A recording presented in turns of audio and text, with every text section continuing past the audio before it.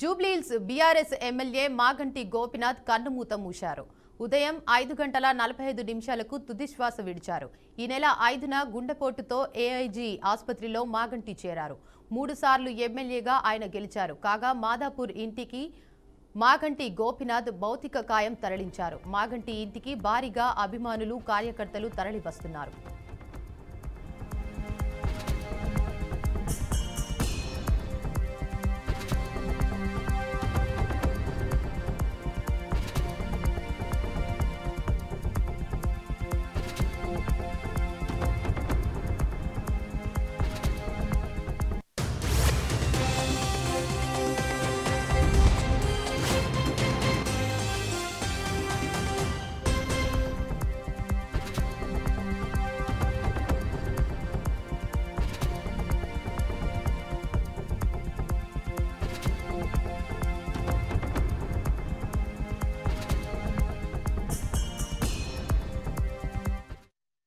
Breaking news చూస్తున్నాం. Jubilee Hills BRS MLA Maganti Gopinath కన్నుమూత మూశారు. ఉదయం 5:45 తుదిశ్వాస విడిచారు. ఈ నెల 5న గుండెపోటుతో ఏఐజీ ఆసుపత్రిలో మాగంటి చేరారు. 3 సార్లు ఎమ్మెల్యేగా ఆయన గెలిచారు. కాగా మాదాపూర్ ఇంటికి మాగంటి గోపినాథ్ భౌతిక కాయం తరలించారు.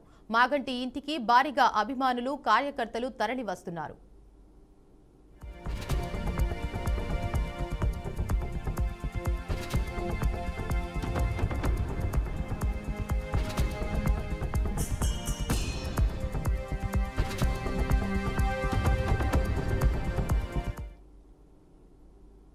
మాగంటి గోపినాథ్ హఠాత్ మరణంపై కేంద్ర మంత్రి, బీజేపీ తెలంగాణ అధ్యక్షుడు కిషన్ రెడ్డి స్పందించారు. మాగంటి గోపినాథ్ మృతి పట్ల కిషన్ రెడ్డి విచారం వ్యక్తం చేశారు. తెలంగాణ ఏర్పడిన నాటి నుంచి జూబ్లీహిల్స్ నియోజకవర్గం ఎమ్మెల్యేగా పనిచేసి ప్రజల తలలో నాలుకగా మారారని, వారి ఆత్మకు శాంతి చేకూర్చాలని భగవంతుడిని ప్రార్థిస్తూ కుటుంబ సభ్యులకు, అభిమానులకు ప్రగాఢ సానుభూతిని తెలియజేస్తున్నారని అన్నారు.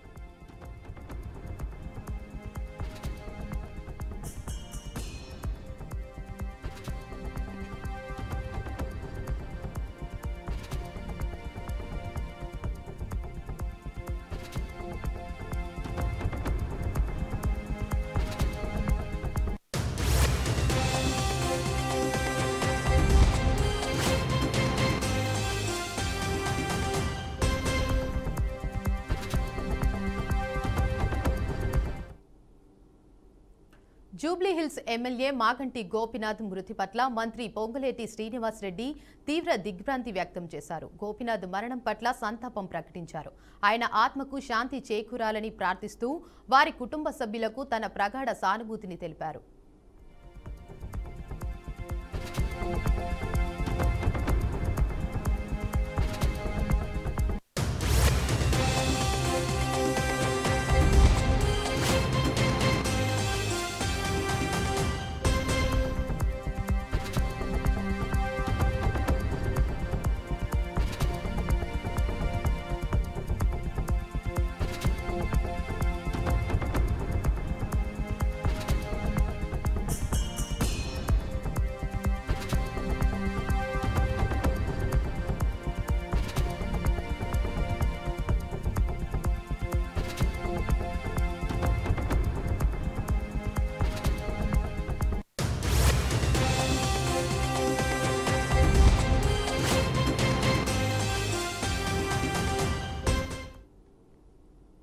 దేశంలో కరోనా వైరస్ వ్యాప్తి కొనసాగుతుంది. గత 24 గంటల్లో 391 కొత్త కేసులు నమోదయ్యాయి. దీంతో దేశంలో యాక్టివ్ కేసుల సంఖ్య 5755కు పెరిగింది.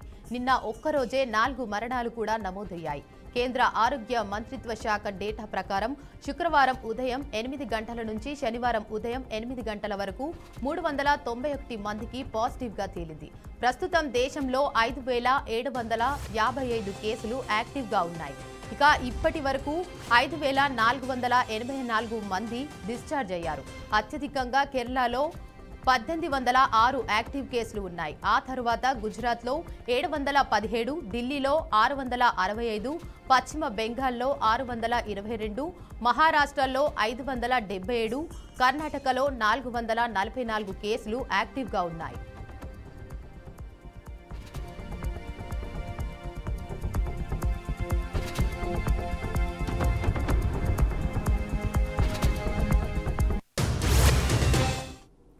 దీనిపై మరింత సమాచారాన్ని మా ప్రతినిధి నాయుడు అందిస్తారు. నాయుడు, దేశంలో కరోనా మళ్ళీ విజృంభిస్తున్న పరిస్థితి మనకి కనిపిస్తుంది. ప్రధానంగా చూసుకున్నట్టయితే కనుక ఇటు పంజాబ్ కావచ్చు, కర్ణాటకలో కూడా, కేరళ, అదేవిధంగా ఏపీలో కూడా రోజు రోజుకు కేసుల సంఖ్య అయితే మాత్రం విరివిగా పెరుగుతున్న పరిస్థితి అయితే మనకి కనిపిస్తుంది.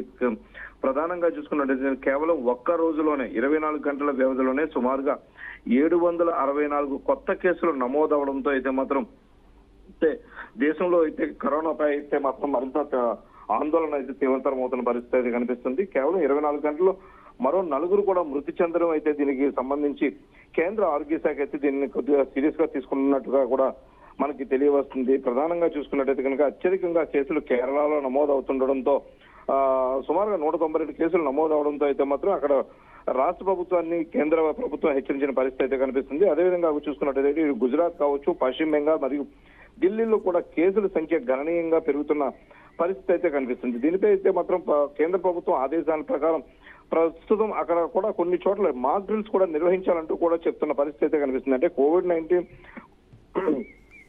కోవిడ్-19 కేసుల సంఖ్య పెరుగుతున్న నేపథ్యంలో ఇటు ఆక్సిజన్ కావచ్చు, ఐసోలేషన్ కావచ్చు, వెంటిలేటర్లు ఇటువంటివన్నీ కూడా పూర్తి స్థాయిలో సంసిద్ధత చేయాలంటూ కూడా ఇప్పటికే చెప్తున్న పరిస్థితి అయితే ఉంది. ప్రధానంగా చూసుకున్నట్టయితే కోవిడ్-19 కి సంబంధించి ఇవి శ్వాసకోశ సంబంధ వ్యాధిగ్రస్తుల్లో అయితే మాత్రం కొద్దిగా పెద్ద స్థాయిలో కొద్దిగా ప్రమాదకరంగా ఉంటుంది. అదేవిధంగా వయోవృద్ధులు కూడా జాగ్రత్తలు తీసుకోవాలంటూ కూడా చెప్తున్న పరిస్థితి ఉంది. కేంద్ర ప్రభుత్వం అదేవిధంగా రాష్ట్ర ప్రభుత్వాలు అయితే మాత్రం ఇప్పటికే కూడా ప్రజల్లో కూడా దీనిపై అప్రమత్తత అయితే తెలియజేసేందుకు అయితే మాత్రం సంసిద్ధంగా ఉన్నట్టు కనిపిస్తుంది. ఎందుకంటే ప్రజలు పరిశుభ్రత పాటించడం ద్వారా, అదేవిధంగా చూసుకున్నట్టయితే కనుక మాస్కులు ధరిస్తూ కూడా దీన్ని ధరించడం ద్వారా దీన్ని కొద్దిగా దూరం పెట్టొచ్చుంటూ కూడా చెప్తున్న పరిస్థితి అయితే కనిపిస్తుంది. అయితే ప్రధానంగా ఇటు కొంత అప్రమత్తత తగ్గిందని కూడా మనం చెప్పుకోవచ్చు. ఎందుకంటే కరోనా ఉన్న 2 సంవత్సరాల్లో అయితే మాత్రం చాలా వరకు జాగ్రత్తలు పాటించిన పరిస్థితి అయితే ఉంది. ఇప్పుడు కరోనాని అంత సీరియస్ గా తీసుకున్న పరిస్థితి మనకి కనిపించలేదు. కానీ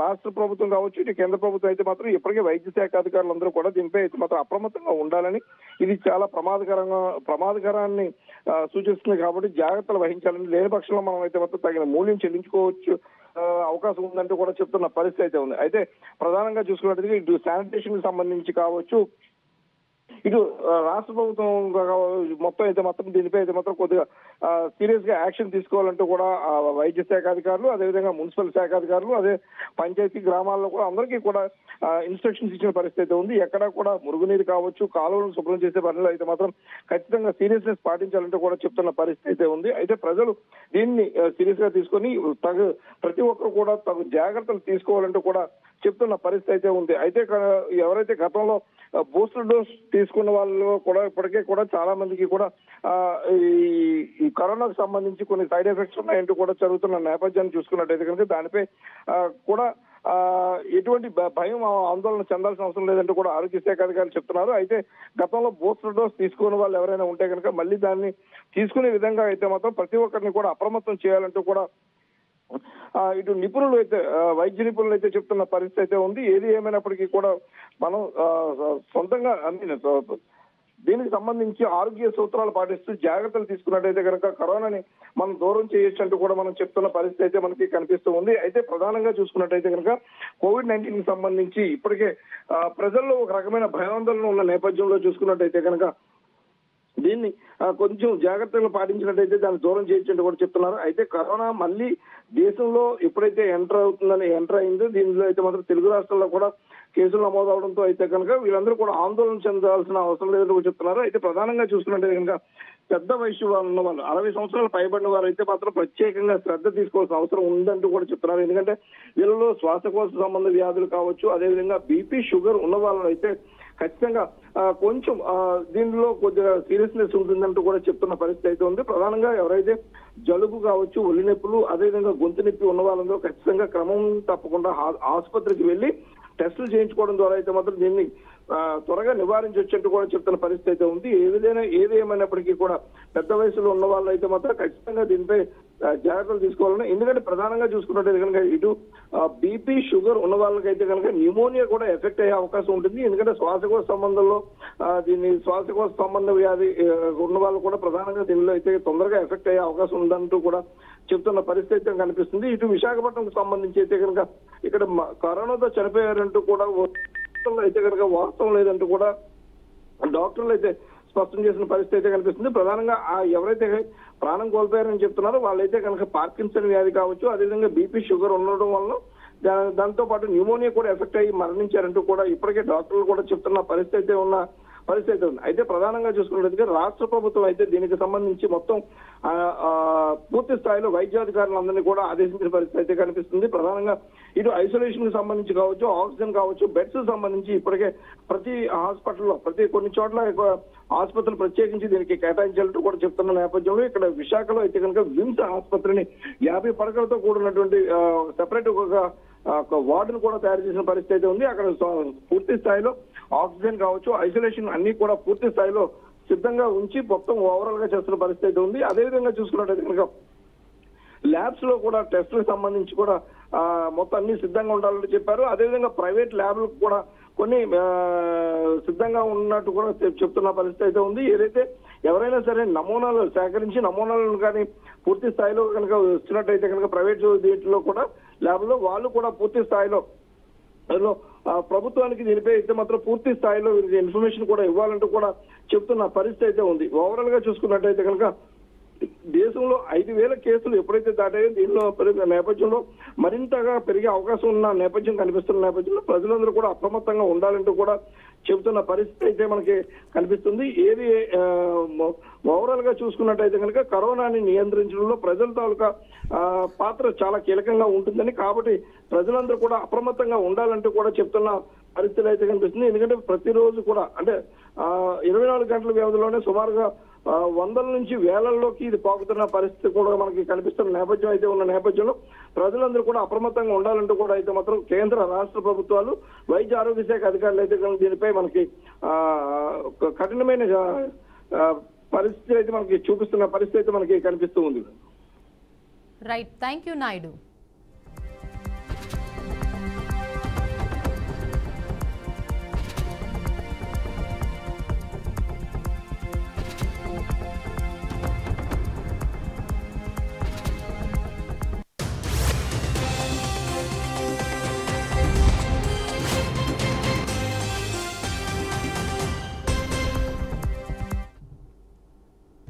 కొవ్వూరు మున్సిపాలిటీలో వైసీపీకి షాక్ తగిలింది. మున్సిపల్ చైర్మన్ భావన రత్నకుమార్తో పాటు 4 కౌన్సిలర్లు వైసీపీకి రాజీనామా చేశారు.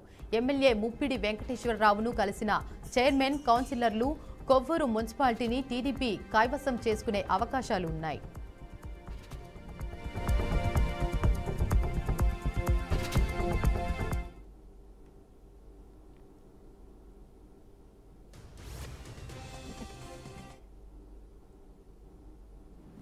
ఏదైతే ఈ పట్టణంలో ఉన్నటువంటి మున్సిపాలిటీలో వీరు పాలకవర్గంగా గత కొంతకాలంగా కూడా పనిచేస్తూ ఉన్నారు.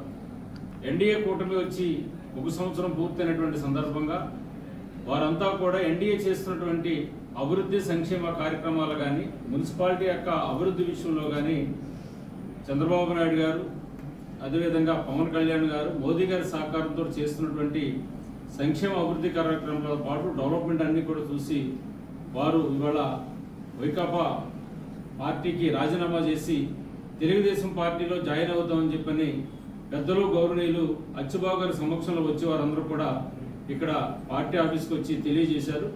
దాంతో తొందరలోనే అచ్చుబాబు గారి సమక్షంలో చంద్రబాబు నాయుడు గారి దగ్గరికి తీసుకుని వెళ్ళి వారినంతా కూడా పార్టీలో జాయిన్ చేసుకుని వారిని కూడా మా కుటుంబ సభ్యులుగా జాయిన్ చేసుకుని వారికి భవిష్యత్తులో ఇప్పుడు తెలుగుదేశం పార్టీలో ఏ విధంగా అయితే పనిచేస్తున్న నాయకులు కార్యకర్తలు ఉన్నారో వారు కూడా పార్టీ కోసం కష్టపడి పనిచేయాలని చెప్పని, అభివృద్ధి సంక్షేమ విషయంలో కాకుండా పార్టీ యొక్క నియమ నిబంధనలు కూడా కట్టుబడి పనిచేయాలని చెప్పని కోరుకుంటూ పార్టీలో వారికి ఎప్పుడు కూడా తగినటువంటి గౌరవం ఇవాళ వేరే పార్టీ నుంచి తెలుగుదేశం పార్టీలో చేస్తున్నటువంటి అభివృద్ధి సంక్షేమం చూసి పార్టీలో జాయిన్ అవుతున్నారు కాబట్టి వారు కూడా తగిన గౌరవం, తగినటువంటి ప్రోత్సాహం ఇచ్చి పార్టీలో కుటుంబ సభ్యులుగా చేర్చుకుని వారిని కూడా మా పార్టీ సభ్యులుగా అన్ని వేళలా అన్ని విషయాల్లో కూడా చూసుకుంటూ ఏ విషయంలో కూడా వాటిని వెనుకబడతానో లేకోకుండా అందరితో పాటు సమానంగా చూస్తూ ముందుకు తీసుకెళ్లే విషయంలో మా బాధ్యత కూడా మేము తీసుకుని ఖచ్చితంగా వారికి ఏ విధమైనటువంటి ఇబ్బంది లేకుండా కూడా చూసుకుంటామని చెప్పి ఈ సందర్భంగా ఈరోజు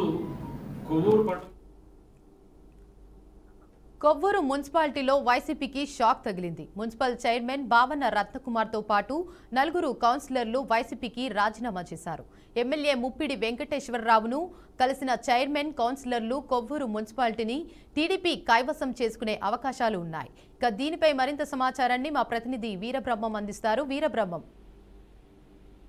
దేవిక, తూర్పుగోదావరి జిల్లా కొవ్వూరు మున్సిపాలిటీ టీడీపీ కైవసం చేసుకుందని చెప్పవచ్చు. ఇప్పటికే మ్యాజిక్ ఫిగర్ ను దాటి ఇటు టీడీపీలో వైసీపీ కౌన్సిలర్లు అయితే జాయిన్ అయినటువంటి పరిస్థితి. మొత్తం కొవ్వూరు మున్సిపాలిటీకి సంబంధించి 23 మంది కౌన్సిలర్లు ఉండగా ఇప్పటికే 13 మంది ఇటు టీడీపీలో ఉన్నారు, 9 మంది వైసీపీలో ఉన్నారు, ఒక బీజేపీ ఉంది. అంటే ఇప్పటికే మ్యాజిక్ ఫిగర్ దాటి ఎక్కువ మంది ఉన్నటువంటి నేపథ్యంలో ఇప్పటికే టీడీపీ అయితే కొవ్వూరు మున్సిపాలిటీని కైవసం చేసుకుందని చెప్పుకోవచ్చు. మొత్తానికి చూసుకుంటే ఇటు ఉమ్మడి పశ్చిమ గోదావరి జిల్లా కావచ్చు, ఇటు తూర్పుగోదావరి జిల్లా సంబంధించి ఇప్పటికే టీడీపీ అదేవిధంగా ఎన్డీఏ ప్రభంజనం అయితే కొనసాగుతున్న నేపథ్యంలో ఇప్పటికే 1 by 1 ఒక్కొక్క మున్సిపాలిటీ నుంచి ఇంకో మున్సిపాలిటీలన్నీ కూడా ఇటు ఎన్డీఏ కూటమి కైవసం చేసుకున్నటువంటి పరిస్థితి. తాజాగా చూసుకుంటే ఇటు కొవ్వూరు కావచ్చు, గతంలో చూసుకుంటే ఇదే తూర్పుగోదావరి జిల్లాకు సంబంధించి నిడదవోలు కావచ్చు, అదేవిధంగా ఏలూరు జిల్లాకు సంబంధించి ఏలూరు మున్సిపల్ కార్పొరేషన్ అలా చెప్పుకుంటూ వెళ్తే ఉమ్మడి పశ్చిమ గోదావరి జిల్లా వ్యాప్తంగా కూడా గత 2019లో స్థానిక సంస్థల ఎన్నికల్లో అన్ని ప్రదేశాల్లో కూడా అన్ని మున్సిపాలిటీలు కూడా వైసీపీ కైవసం చేసుకున్నటువంటి నేపథ్యంలో ఆ తర్వాత వచ్చినటువంటి 2024లో ఎన్డీఏ కూటమి ఏర్పడిన తర్వాత ఇటు ఉమ్మడి పశ్చిమ గోదావరి కావచ్చు, ఉమ్మడి తూర్పుగోదావరి కావచ్చు, ఈ 2 జిల్లాల్లో కూడా ఉమ్మడి జిల్లాల్లో కూడా ఇటు టీడీపీ ఎమ్మెల్యేలను కైవసం చేసుకున్నటువంటి నేపథ్యంలో మున్సిపాలిటీలు కూడా అభివృద్ధి బాటలో వెళ్లేందుకు రాబోయే రోజుల్లో ఇటు మున్సిపాలిటీస్ అభివృద్ధి చెందాలంటే రాష్ట్ర ప్రభుత్వం పూర్తిగా సహకారం కావాలి అన్న ఉద్దేశంతో ఇటు ఒక మున్సిపాలిటీ తప్ప ఒక మున్సిపాలిటీకి సంబంధించినటువంటి ఇటు కౌన్సిలర్లు కావచ్చు, ఇటు కార్పొరేటర్లు కావచ్చు, 1 by 1 ఇటు టీడీపీలో చేరుతున్నటువంటి పరిస్థితి. తాజాగా చూసుకుంటే ఇటు ఏదైతే తూర్పుగోదావరి జిల్లాకు సంబంధించినటువంటి కొవ్వూరు మున్సిపాలిటీకి సంబంధించి 23 మంది ఉన్నటువంటి కౌన్సిలర్లు నిన్న తాజాగా ఎవరైతే మున్సిపల్ చైర్పర్సన్ గా ఉన్నటువంటి రత్నకుమారితో పాటుగా 4 కౌన్సిలర్లు స్థానికంగా ఉన్నటువంటి ఎమ్మెల్యే సమక్షంలో టీడీపీ తీర్థం పుచ్చుకున్నటువంటి పరిస్థితి. మరొక 4 కూడా టీడీపీలో రేపు కానీ ఎల్లుండి కానీ జాయిన్ అయ్యేటువంటి పరిస్థితి. రాబోయే రోజుల్లో చూసుకుంటే సుమారు 23 మందిలో 17-18 మంది ఇప్పటికే టీడీపీకి వచ్చినటువంటి పరిస్థితి అయితే అనధికారికంగా ఉంది. అదేవిధంగా వైసీపీ పూర్తిగా పట్టుకోలుకునే పరిస్థితి. 2024 సార్వత్రిక ఎన్నికల్లో పోటీ చేసినటువంటి ఎవరైతే ఉన్నారో మాజీ హోంమంత్రి తానేటి వనితున్నారు, ఇక్కడ ప్రాతినిధ్యం వహించారు. ఈ ఉంచినటువంటి నేపథ్యంలో గతంలో కూడా 2019 నుంచి 2024 వరకు కూడా ఎవరైతే తానేటి వనితున్నారు, తానేటి వనిత ఎమ్మెల్యేగా పనిచేసినటువంటి సమయంలో ఇటు వైసీపీకి బలంగా ఇటు కార్పొరేట్లు కావచ్చు, మున్సిపాలిటీకి సంబంధించి కావచ్చు, లేకపోతే ఎంపీటీసీలు, జడ్పీటీసీలు వీరందరూ కూడా పెద్ద ఎత్తున గెలిచినటువంటి పరిస్థితి. ఆ తర్వాత 2024 సార్వత్రిక ఎన్నికలు టీడీపీ గెలిచిన తర్వాత 1 by 1 ఇటు గతంలో మనం చూసుకున్నట్లయితే ఇదే నియోజకవర్గానికి సంబంధించి జడ్పీటీసీలు, ఎంపీటీసీలు గతంలో జాయిన్ అయ్యారు. అదేవిధంగా ఇటు తాజాగా ఇటు ఏదైతే మున్సిపాలిటీ ఉందో మున్సిపాలిటీకి సంబంధించినటువంటి కౌన్సిలర్లు కూడా 1 by 1 వచ్చి టీడీపీలో చేరుతున్నటువంటి పరిస్థితి. మొత్తాన్ని చూసుకుంటే ఇటు ఉమ్మడి పశ్చిమ గోదావరి జిల్లాకు సంబంధించి ఉన్నటువంటి ఏదైతే వైసీపీ కైవసం చేసుకున్నటువంటి గతంలో కైవసం చేసుకున్నటువంటి ఏదైతే మున్సిపాలిటీస్ అదేవిధంగా కార్పొరేషన్ ఒకటి తర్వాత ఒకటి ఇటు టీడీపీ కావచ్చు, లేకపోతే ఎన్డీఏ కూటమిలో భాగస్వామ్యం అవడానికి అన్ని కూడా వస్తున్నటువంటి పరిస్థితి అయితే ఉంది. దేవిక, అయితే వీరబ్రహ్మం, మున్సిపాలిటీలో అధికార మార్పు జరిగితే స్థానిక అభివృద్ధిపై ఎలాంటి మార్పులు కనిపించవచ్చంటారు? అయితే దేవిక, ఏదైతే రూలింగ్ లో ఉన్న పార్టీ ఏదైతే ఉందో ఆ రూలింగ్ ఉన్న పార్టీకి సంబంధించి ఒక మున్సిపాలిటీ అయినా సరే లేదా ఒక కార్పొరేషన్ అయినా సరే అభివృద్ధి చెందాలంటే తప్పనిసరిగా ఆ రాష్ట్రంలో ఉన్నటువంటి అధికారంలో ఉన్న పార్టీ సహకారంతోనే మున్సిపాలిటీ కావచ్చు, కార్పొరేషన్ డెవలప్ అయిద్దనే ఒక బలమైన నమ్మకంతో ఈ కార్పొరేషన్ కావచ్చు, మున్సిపాలిటీ కావచ్చు, రాష్ట్రంలో ఏదైతే రూలింగ్ లో ఉన్న పార్టీ ఉందో దానికి మొగ్గు చూపేటువంటి పరిస్థితి ఉంటుంది. స్థానికంగా ఉన్నటువంటి ఏదైతే సమస్యల పట్ల అవగాహన ఉన్నటువంటి వార్డు స్థాయిలో కావచ్చు, లేకపోతే డివిజన్ లేదా ఉన్నటువంటి ఇటు కౌన్సిలర్లు కావచ్చు, లేకపోతే కార్పొరేట్లు కావచ్చు, వీళ్ళందరూ కూడా స్థానికంగా ఉన్న కొన్ని సమస్యలు డెవలప్మెంట్ చేసుకోవాలి అంటే తప్పనిసరిగా రాష్ట్ర ప్రభుత్వం సహకారం కావాలి. అయితే 2019 నుంచి 24 మధ్య ఉన్నటువంటి ఏదైతే వైసీపీ పార్టీ అధికారంలో ఉందో అటువంటి పరిస్థితులకు అనుగుణంగా ఆ రోజున ఈ మున్సిపాలిటీలన్నీ కూడా అదేవిధంగా కార్పొరేషన్ ఎక్కువ శాతం రాష్ట్రంలో అయితే వైసీపీ కైవసం చేసుకుంది. ఆ తర్వాత 2024 సంబంధించి మనం చూసుకున్నట్లయితే ఇటు ఎన్డీఏ కూటమి భాగస్వామ్యంలో అత్యధికంగా ఎమ్మెల్యేలు అదేవిధంగా ఎంపీలు గెలిచినటువంటి పరిస్థితి, అదేవిధంగా రాష్ట్ర ప్రభుత్వం కూడా ఏర్పాటు చేసినటువంటి నేపథ్యంలో ఒక మున్సిపాలిటీ కావచ్చు, కార్పొరేషన్ కావచ్చు అభివృద్ధి చెందాలంటే తప్పనిసరిగా రాష్ట్రంలో ఉన్నటువంటి అధికార పార్టీ సంబంధించినటువంటి పార్టీలో ఉన్నట్లయితే మున్సిపాలిటీకి సంబంధించినటువంటి నిధులు ఎక్కువ రావటం, అదేవిధంగా అన్ని మున్సిపాలిటీ కూడా డెవలప్ అయితే అన్న నేపథ్యంలోనే ఇటు ఏదైతే స్థానికంగా ఉన్నటువంటి మున్సిపాలిటీకి సంబంధించిన చైర్మన్లు కావచ్చు, చైర్పర్సన్స్ కావచ్చు, లేకపోతే నగరపాలక సంస్థలు ఉన్నటువంటి మేయర్లు కావచ్చు, వీరందరూ కూడా ఇది ఎన్డీఏ కూటమికి వైపు మొగ్గు చూపినటువంటి నేపథ్యం ఇటు రాష్ట్ర వ్యాప్తంగా కూడా అన్ని జిల్లాల్లో కూడా ఈ అధికార మార్పిడి అయితే జరుగుతుంది. గతంలో ఉన్నటువంటి వైసీపీ పార్టీకి సంబంధించినటువంటి ఈ చైర్మన్లు అదేవిధంగా మేయర్లు కూడా 1 by 1 కూడా ఇటు ఎన్డీఏ కూటమిలో జాయిన్ అవటం, ఆ తర్వాత మున్సిపాలిటీ కావచ్చు, కార్పొరేషన్ అభివృద్ధి దిశగా తీసుకెళ్లేందుకు ప్రతి ఒక్కరు ప్రయత్నం చేస్తున్న పరిస్థితి ఇటు ఆంధ్రప్రదేశ్ లో కనిపిస్తుంది. అయితే చైర్మన్ భావన రత్నకుమారితో పాటు 4 కౌన్సిలర్లు టీడీపీలో చేరడం ఎంత ప్రభావం చూపుతుందంటారు? అయితే ఏదైతే కొవ్వూరు మున్సిపాలిటీ ఉందో మున్సిపాలిటీకి సంబంధించి మొత్తం 23 మంది కౌన్సిలర్లు ఉన్నారు. అయితే ఇప్పటికే 13 మందికి ఈ సంఖ్య అయితే వచ్చినటువంటి పరిస్థితి. ఒక బీజేపీ ఉన్నారు, అదేవిధంగా 13 మంది ఇప్పటికే టీడీపీలో ఉన్నటువంటి పరిస్థితి. మరొక 4 కూడా వచ్చే పరిస్థితి. అంటే 13 + 4 17 మంది టీడీపీలో జాయిన్ అయినటువంటి నేపథ్యంలో అధికార పక్షం రావడానికి అయితే 100% ఉంది కాబట్టి మ్యాజిక్ ఫిగర్ ఆల్రెడీ దాటిపోయారు కాబట్టి ఇటు టీడీపీ ఈ ఏదైతే మున్సిపాలిటీ అది కైవసం చేసుకుంది. ఇప్పుడు ప్రస్తుతం చూసుకున్నట్లయితే 23 మంది ఉన్నటువంటి ఈ మున్సిపాలిటీ సంబంధించినటువంటి కౌన్సిలర్లు ఇప్పుడు ప్రస్తుతం అయితే 13 మంది. అదే గతంలో ఇప్పుడు 2 రోజుల క్రితం జాయిన్ అయినటువంటి ఎవరైతే 4 ఉన్నారో 4లో ఒక చైర్పర్సన్ ఉన్నారు, ఆ రత్నకుమార్తో పాటుగా మరొక 4 కౌన్సిలర్లు జాయిన్ అయినటువంటి నేపథ్యంలో ఇప్పటికే 13 చేరింది. 13 నుంచి ఒక బీజేపీ ఉన్నారు, 14 మంది అధికార పక్షంలో ఎన్డీఏ కూటమిలో భాగస్వామ్యం ఉన్నటువంటి నేపథ్యంలో ఇప్పటికే మ్యాజిక్ ఫిగర్ దాటింది కాబట్టి ఏదైతే కొవ్వూరు ఉందో కొవ్వూరుని ఆల్రెడీ ఎన్డీఏ కూటమి కైవసం చేసుకున్నట్టు పరిస్థితి. మరొక 4 కూడా రేపు కానీ ఎల్లుండి కానీ జాయిన్ అయ్యేటువంటి నేపథ్యంలో ఈ సంఖ్యాబలం 13 నుంచి 4 జాయిన్ అయితే 17 మంది అవుతుంది. ఆటోమేటిక్ గా వైసీపీ గతంలో రూలింగ్ ఉన్నటువంటి వైసీపీ సంబంధించి అధికారాన్ని కోల్పోయి వీళ్ళందరూ కూడా ఎన్డీఏ కూటమికి వీళ్ళందరూ సపోర్ట్ చేస్తున్నారు కాబట్టి ఈ ఎన్డీఏ కూటమికి సంబంధించి ఇటు ఆల్రెడీ ఏదైతే కొవ్వూరు ఉందో కొవ్వూరు సంబంధించి మున్సిపాలిటీని కైవసం చేసుకున్నటువంటి పరిస్థితి. మొత్తానికి చూసుకుంటే అభివృద్ధి సంక్షేమం దృష్టిలో పెట్టుకుని ఇప్పటికే ఏదైతే కొవ్వూరు ఉందో కొవ్వూరు మున్సిపాలిటీని అభివృద్ధి చేసేందుకే మేము వస్తున్నాం ఇప్పుడు ఉన్నటువంటి చైర్పర్సన్ రత్నకుమార్ చెప్పడం జరిగింది. అదేవిధంగా గతంలో మనం చూసుకున్నట్లయితే ఈ కొవ్వూరు నియోజకవర్గానికి కావచ్చు లేదా కొవ్వూరు ఉన్నట్టు ఎవరైతే పనిచేశారో గతంలో మాజీ హోంమంత్రి తానేటివంతా ఇక్కడ ఎమ్మెల్యేగా పనిచేశారో ఆ తర్వాత హోమ్ మినిస్టర్ గా పనిచేసినటువంటి నేపథ్యంలో ఎవరైతే 2024 సార్వత్రిక ఎన్నికల్లో తానేటి వద్దని తీసుకెళ్లి గోపాలపురం నియోజకవర్గంలో పోటీ చేయడం, అదేవిధంగా గోపాలపురం నియోజకవర్గంలో ఉన్నటువంటి ఎవరైతే వెంకటరావు ఉన్నారో వెంకటరావు ఇటు కొవ్వూరు నియోజకవర్గం ఎమ్మెల్యేగా పోటీ చేసినటువంటి నేపథ్యంలో అక్కడ ఉన్నటువంటి కొంత ఇటు మున్సిపాలిటీలో ఉన్నటువంటి కౌన్సిలర్లు కావచ్చు లేకపోతే అక్కడ ఉన్న జడ్పీటీసీ ఎంపీటీసీలు కావచ్చు కొంత వర్గ విభేదాలు అయితే అత్యధికం ఉన్నటువంటి పరిస్థితి.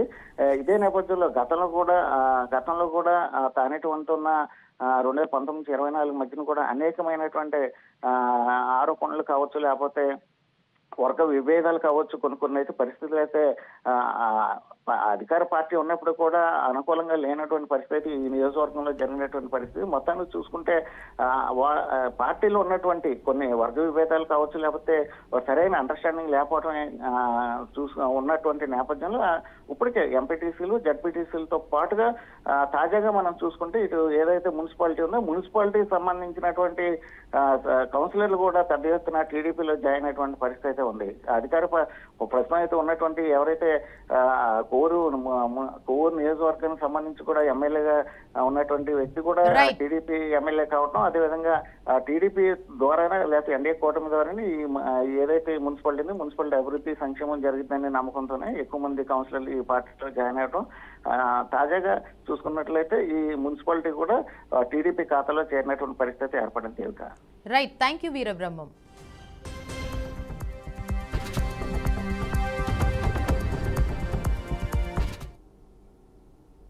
జూబ్లీహిల్స్ ఎమ్మెల్యే మాగంటి గోపీనాథ్ మృతి పట్ల ముఖ్యమంత్రి రేవంత్ రెడ్డి సంతాపం తెలిపారు.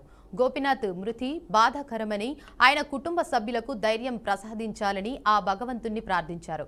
జూబ్లీహిల్స్ అభివృద్ధికి ఆయన చాలా కృషి చేశారని, గోపీనాథ్ అకాల మరణం దిగ్భ్రాంతికి గురిచేసిందని తెలిపారు. ఆయన ఆత్మకు శాంతి చేకూరాలని కోరుకుంటున్నాను అని సీఎం రేవంత్ కొన్ని రోజులుగా తీవ్ర అనారోగ్యంతో బాధపడుతున్న ఆయన ఆదివారం ఉదయం 5:45 తుదిశ్వాస విడిచారు. గురువారం సాయంత్రం తీవ్రమైన ఛాతీ నొప్పితో గచ్చిబౌలిలోని ఏఐజీ ఆసుపత్రిలో చేరారు. అప్పటి నుంచి హాస్పిటల్లోనే చికిత్స పొందుతున్నారు. పరిస్థితి విషమించడంతో ఆదివారం ఉదయం కన్నుమూశారు.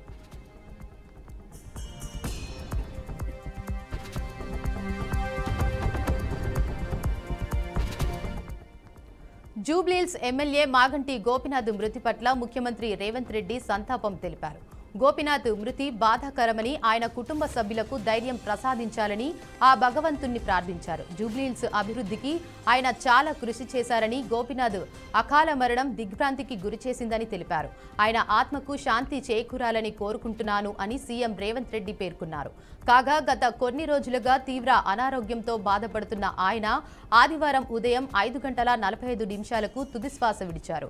గురువారం సాయంత్రం తీవ్రమైన ఛాతీ నొప్పితో గచ్చిబౌలిలోని ఏఐజీ ఆసుపత్రిలో చేరారు. అప్పటి నుంచి హాస్పిటల్లోనే చికిత్స పొందుతున్నారు. పరిస్థితి విషమించడంతో ఆదివారం ఉదయం కన్నుమూశారు.